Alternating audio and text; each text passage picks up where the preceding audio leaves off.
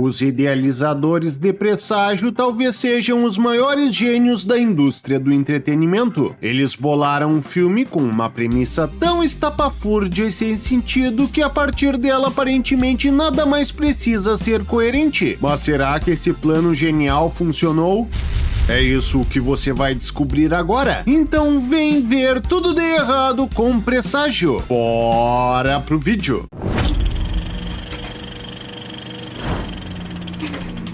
O filme começa em 1959 com uma professora acabando com o recreio. Lucinda, vamos entrar! Lucinda, vamos entrar! A mulher encasquetou com Lucinda, sendo que ainda tem crianças nos brinquedos. Mas vai ver, por elas serem figurantes, hemorroidina tá nem aí se vão matar aula. Então Lucinda dá a ideia deles realizarem um enterro de uma cápsula do tempo no evento de inauguração da escola. E na sua mensagem pro futuro, a guria enche uma folha de números. Muito bem, quero que todos terminem.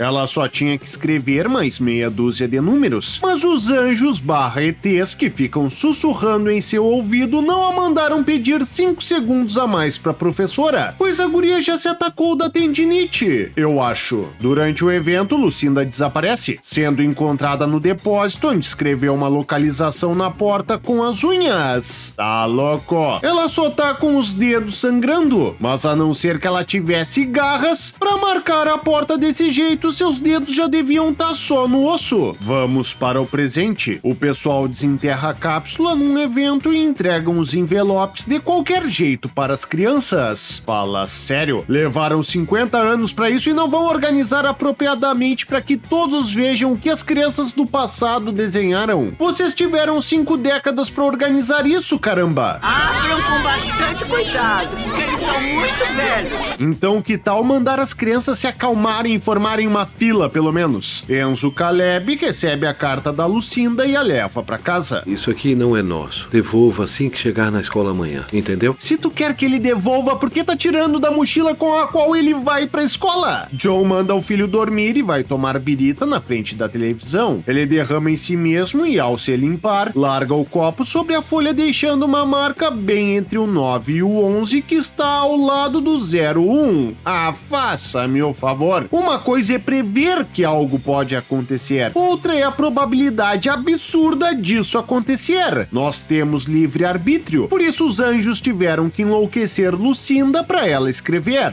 Faz eles pararem. E mais uma prova que eles não controlam os acontecimentos do universo é que a ideia da cápsula do tempo não surgiu do nada. Eles mandaram Lucinda realizar essa sugestão. Lucinda, o trabalho era para fazer um desenho. A ideia foi sua. E ela só foi obrigada a escrever na porta do depósito, pois a professora lhe tirou a folha antes que terminasse. Ou seja, hemorroidina estragou o plano A dos ETs. O que quer dizer que para que John enxergasse o que eles queriam, ele teria que tirar o papel da mochila do guri e colocá-lo sobre a mesa. Ele teria que se virar com cachaça e teria que burramente colocar o copo sobre o papel, logo onde havia uma data marcante para todo americano. Conveniências, conveniências, conveniências. Então John pega o quadro branco, escreve a sequência e fica colocando travessão entre os números. Mas como assim? Se ele não identificou a data, porque a copiou pro quadro branco, começando exatamente pelo 9. Caso tu não saiba, os americanos apontam um mês antes do dia, e eles também dão um like e se inscrevem em vídeos que assistem. Então não vamos perder pra eles. Além de dar o like, se inscreve e dá o hype, e comenta também. Porém, após a data, a próxima sequência numérica é sobre a quantidade de mortos e depois a localização geográfica do ataque terrorista. Como o John não tem essas informações, ele vai tentar formar uma data com aqueles números, não enxergará o padrão e passará a acreditar que foi uma mera coincidência. Mas não! Ele pesquisa sobre o 11 de setembro e a primeira página que ele abre traz bem destacado o número de mortos no subtítulo da matéria. Eu digo, um desses anjos só pode ser a fada da conveniência. Então ele arranca o quadro branco da parede com prego e tudo. Afinal, é só um estúdio de gravação. Não é como se ele tivesse o mínimo de apreço pelo lugar. Ele leva o quadro para o escritório e copia os números da folha. Meu Deus. Ele tá fazendo isso há horas. Eu não acredito acredito que perceber que há previsões que ainda não se realizaram seja mais impactante do que quando ele percebeu que essas previsões são verdadeiras. Esse susto que fez ele até derrubar a cachaça é só pra cortar e nos deixar curiosos. Que ardiloso! John visita a hemorroidina, que conta sobre o dia em que Lucinda desapareceu e que ela já faleceu. Então o herói volta pra casa e quando está no telefone vê seu filho conversando com estranhos e corre até eles. Quem eram? Não sei, são os caras. E não sabe mesmo, já que eles não conseguem falar contigo como falam com as outras crianças por causa da interferência do teu aparelho auditivo.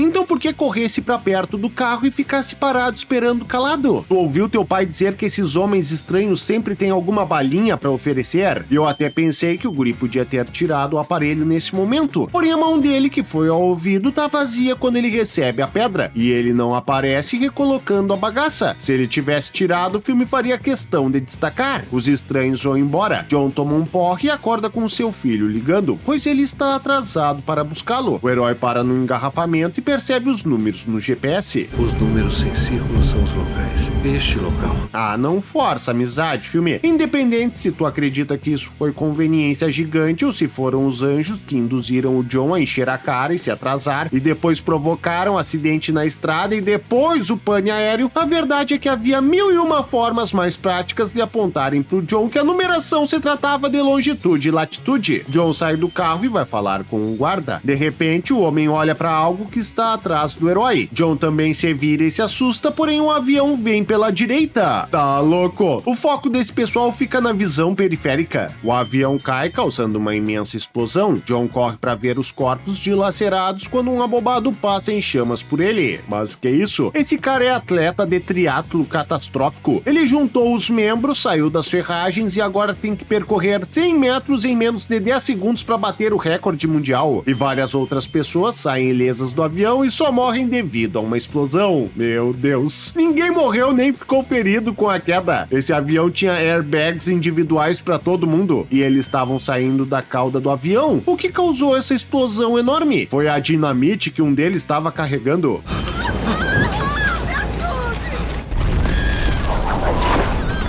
Tirando o fato que essa tabacuda tá completamente ilesa, teve trocentas explosões na volta dela, inclusive a que acabamos de ver. Mas mesmo assim ela se manteve ali como se precisasse que alguém desse corda. Então por que essa última explosão a faria correr? John se aproxima de um homem que está queimando e chega a entrar parcialmente nas chamas, só não sendo afetado, pois fogo de defeitos visuais não queima. John volta para casa, onde sua irmã Tanajura está cuidando de seu filho. Pode subir um pouco enquanto eu falo com seu pai? Não contou a ele, contou? Claro que não. Eu deixei que a TV contasse. Então o Screw, Orson Krennic, colega de John na universidade, vai visitá-lo. Os números são alertas, direcionados para mim. Eles também podem ser alertas para você se manter longe. Sim, alguém há 50 anos escreveu isso somente para ele se manter afastado de vários eventos aleatórios aos quais ele já estaria afastado se não soubesse deles. Krennic vai embora e o quarto de Caleb é invadido pelo estranho Etenildo. Ele mostra o fim do mundo. Então John vai com o filho na casa da filha de Lucinda. Como sua única pista era um recorte de jornal que apenas apontava o bairro de 15 mil habitantes onde ela vivia, quem lhe deu o endereço exato foi o editor. E ele nem precisa se perguntar se a família continua morando na mesma casa, já que tanto a filha de Lucinda quanto ela são interpretadas pela mesma mulher. Olha que sorte. John segue Diana e aborda em um museu usando seu filho para se conectar. Pai, podemos beber um refresco? Você e a Abby gostariam de ir conosco? Esperto! Comendo pelas beiradas. Vai sutilmente induzir uma conversa que leve a Lucinda. Não nos encontramos aqui por acaso. Preciso perguntar coisas sobre sua mãe. A mulher, logicamente, acha que ele é louco e o manda catar coquinho. Então John volta para casa e escuta no noticiário que há suspeitas muito fortes que haverá um ataque terrorista na costa leste. Enquanto isso, os ETs que podem prever o futuro ficam observando a casa por nenhum outro motivo além de fazer suspense para nós. Que ardilosos! Já John corre para um telefone público e liga pro FBI avisando aonde será o ataque terrorista e corre para lá. Por que vocês não fecharam o cruzamento? Não estavam sabendo Senhor, sobre sobre o atentado. Um homem ligou e avisou que não era trote. Você acha que se fosse trote o cara diria que não era trote? John percebe que passaram a desconfiar dele e sai correndo. A mulher e outros agentes saem atrás, porém quando ele entra no metrô, os agentes param de persegui-lo, pois ele ficou fora de sua jurisdição. Eu acho. John identifica um suspeito e corre atrás dele. Seguranças estranham a movimentação, mas Tripa Seca só estava roubando alguns DVDs. Já o maquinista, mesmo tendo essa confusão ocorrido bem ao lado dele, ainda assim parte com o trem. Ele tem horário, ele não vai atrasar 2 minutos esperando seguranças tirarem um criminoso do vagão, não é mesmo? Então um trem descarrilhado acelera na direção deles e apesar de não ser o mais próximo da janela, John é o primeiro a ver o trem e a reagir a ele, já que nenhum figurante foi avisado do que o pessoal dos defeitos digitais colocariam em tela. Mas a pior parte é que o trem de John já havia partido, por isso enxergaram o segundo trem vindo na direção contrária. Mas quando o segundo trem entra na estação, o trem de John está bem afastado da saída. Quero ver explicar essa, Mr. M. O trem passa transformando uma galera em guisado. John vai embora para casa e quando chega com o filho encontra Diana e Abby. A mulher leva John para conhecer a casa em que sua mãe faleceu e ela percebe que os últimos caracteres da folha são letras e não números. E que tá vendo acento aonde aí, rapaz? Eles investigam o lugar enquanto os ETs se aproximam da caminhonete em que as crianças ficaram. Tem bala na nossa nave. Isso quer dizer que as crianças nunca precisaram passar por um teste para serem salvas. Então, se você quer saber por que eles cederam ao trabalho de 50 anos atrás infernizar Lucinda para que ela criasse um enigma pro John, problema seu. O filme não lhe deve explicação. Graças ao seu aparelho auditivo, Caleb não é enfeitiçado e sampa a mão na buzina e isso levanta mais questões sobre essa bomba. Se esse aparelho é um obstáculo, por que eles não fazem a criança perdê-lo? Ou o estragam? E se o aparelho não é um problema e a guria que agiu de boa vontade, o que essa imbecil tem na cabeça pra abrir a porta pra essa gente bizarra? Eu tava brincando sobre eles terem bala na nave. John enxerga um dos ETs saindo e vai atrás do abobado que o espera só pra mostrar que uma vez engoliu um holofote e até agora a bagaça tá funcionando. Ele deve contar isso pra todo mundo. O pessoal volta pra casa com a descoberta de que o E significa todo mundo e graças a Abby, John percebe que se trata de uma erupção solar. Diana dá a ideia dele se esconderem numa caverna. O herói aceita, manda seu pai ir pro subsolo e quando vai pegar Caleb, o guri está escrevendo vários números a mando dos ETs. Ah, para com isso, filme! A única informação relevante que ainda falta é a localização da nave. Por que não fizeram o guri escrever o mesmo número várias vezes ao invés de todos esses números aleatórios? Eles preveem tudo menos que já chegamos ao final do filme. E ao ter a caneta removida de sua mão, Caleb arranha a mesa tão forte que escreve nela. Fala sério. A mãe dele era uma ursa pra ele ter garras no lugar de unhas, por acaso? John então se lembra que Lucinda escreveu mais coisas na porta da escola e ele parte pra lá sem conferir o que seu filho escreveu, pois deve achar que esse transe do guri foi só pra chamar a atenção. Este não é o caminho pra rodovia. E John não fala nada durante o resto do caminho, nem depois que ele pega a porta e retorna pra casa. Será que a mulher não perguntou nada mais durante todo o percurso ou ele que ficou lá, não tô ouvindo, não tô ouvindo. Eles chegam e John explica pra Diana o que descobriu. Então ela escreveu nesta porta, está dizendo pra onde devemos ir. Isso não faz sentido. E o que nesse filme faz? Então Diana parte com as crianças e agora tá explicado por que John não revelou o que sabia enquanto eles viajavam de carro. Ele não queria correr o risco de convencer a mulher. John descobre os números, percebe que foi deixado sozinho e vai atrás de Diana, que mente pras crianças que eles estão indo se esconder dos estranhos. Eles sabem onde estamos. Como você sabe disso? Eles contaram. Eles só não nos contaram que o mundo tá pra acabar e que vão nos levar pra um lugar seguro porque não querem melar com o filme. A mulher para num posto de combustível e Caleb vai ligar para o pai. Uma pena que não vai funcionar, guri. As rajadas solares acabaram com o sinal dos celulares. Alô?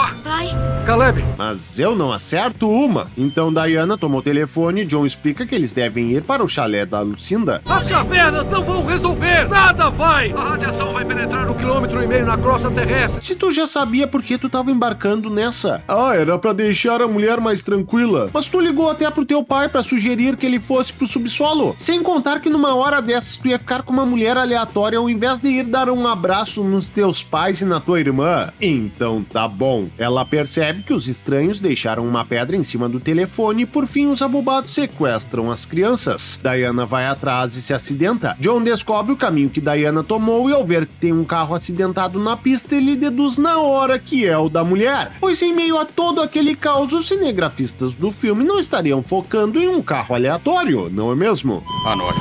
Exatamente à meia-noite. Há um homem ferido. Precisamos de ajuda. E ele sai sem sequer dirigir a palavra pro John, pois alguém deve ter dito: ó, esse é o protagonista, não vão mandar ele se afastar e na verdade nem falem com ele que ele não gosta de chinelão. John vê a pedra na mão de Diana e parte para o chalé de Lucina encontrando Etenildo. Eu quero o meu filho, agora! Ai, não! E o guri esperou o último segundo pra aparecer só pra que você pudesse me ouvir dizer: te falo em timing perfeito. Eles enviaram uma mensagem pra preparar o caminho e agora vieram nos buscar. Mas o caminho tinha que começar 50 anos atrás. Eles acharam que se tivessem feito tu escrever que um avião iria cair e depois que um trem iria descarrilhar, teu pai ia pensar: ah, o Caleb só acertou 2 vezes até eu. Então a nave deles aparece, John se despede de seu filho que tem uma atuação marcante. Já Abby não dá nem sinal de preocupação com a mãe, afinal a mulher não lhe deixava comer chocolate de noite. Que queime com a terra. O guri parte com os ETs, já John dorme ali mesmo. No dia seguinte ele dirige pra cidade passando por seu amigo Skrull. Meu Deus. O cara chegou pra esposa e falou: hein, amor, o mundo tá pra acabar, que tu acha da gente sair pra assistir o pessoal se matando nas ruas? Ué, vamos, não tá passando nada na TV mesmo. E você acha que com todas essas pessoas na frente, ainda mais as barricadas do exército, o herói terá que seguir a pé? Mas não se preocupe com esse animal, não importa a catástrofe, ninguém é louco de bloquear o caminho de quem estampa o pôster do filme. E apenas 10 segundos antes do sol mandar sua rajada final e acabar com tudo, John consegue se reunir com a sua família. Te falo em timing perfeito de novo. Já Caleb e Abby são deixados em outro planeta, no qual eles ficarão ao relento e após a primeira chuva pegarão uma pneumonia e morrerão. Fim. E esses são os 55 pontos de Tudo de Errado com Presságio, filme em que ETs/anjos recebem a missão de escolher as crianças que recomeçarão a humanidade. Mas ao invés de simplesmente aparecerem para elas e seus pais em sua forma real informando o que vai acontecer, decidem seguir com uma estratégia muito mais complexa e cheia de conveniências, só para poderem atuar ao lado do Nicolas Cage. Agora confere os outros filmes de fim do mundo que passaram pelo canal. Um forte abraço, tchau!